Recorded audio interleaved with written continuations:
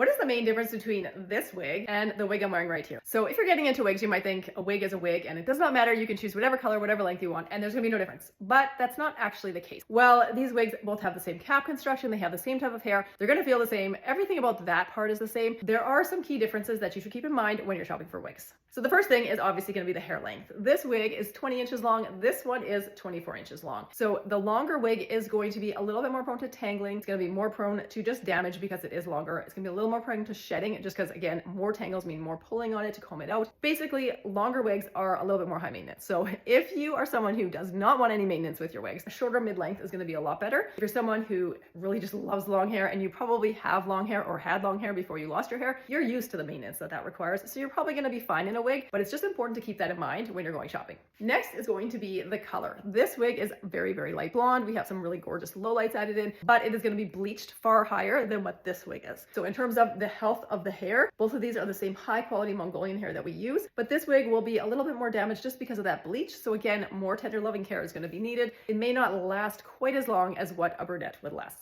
Again, if longevity is a big concern and you're flexible with your color, you might want to choose a brunette shade because it will last longer. Finally, the last thing to consider is how warm the wig is going to be. A lot of people really are worried about overheating in their wigs, rightfully so. If they live in a very hot climate or they just tend to run warm, heat is going to make or break the wig, because if you're super hot all the time, you're not going to wear the wig. So we want to make you comfortable. Longer hair will be warmer. Hair does actually trap heat quite well, which is why a lot of people put all the focus on heat based on the cap type and they want to go with the silk top or lace top, but the density and length of the hair arguably makes just as much of a difference. If you want something that is very cool, very open and airy, then you want to go with a lace top, and you want to go with something shorter. If you want something that is medium, then you want to go with the lace top and something that is longer. And if you want the warmest wig possible, then you go with the silk top that is very long. So those are kind of the levels of different wigs, if you will. So keep those tips in mind if you're trying to make sure that you are as comfortable as possible in your wig and you go shopping knowing the difference between this wig and this wig.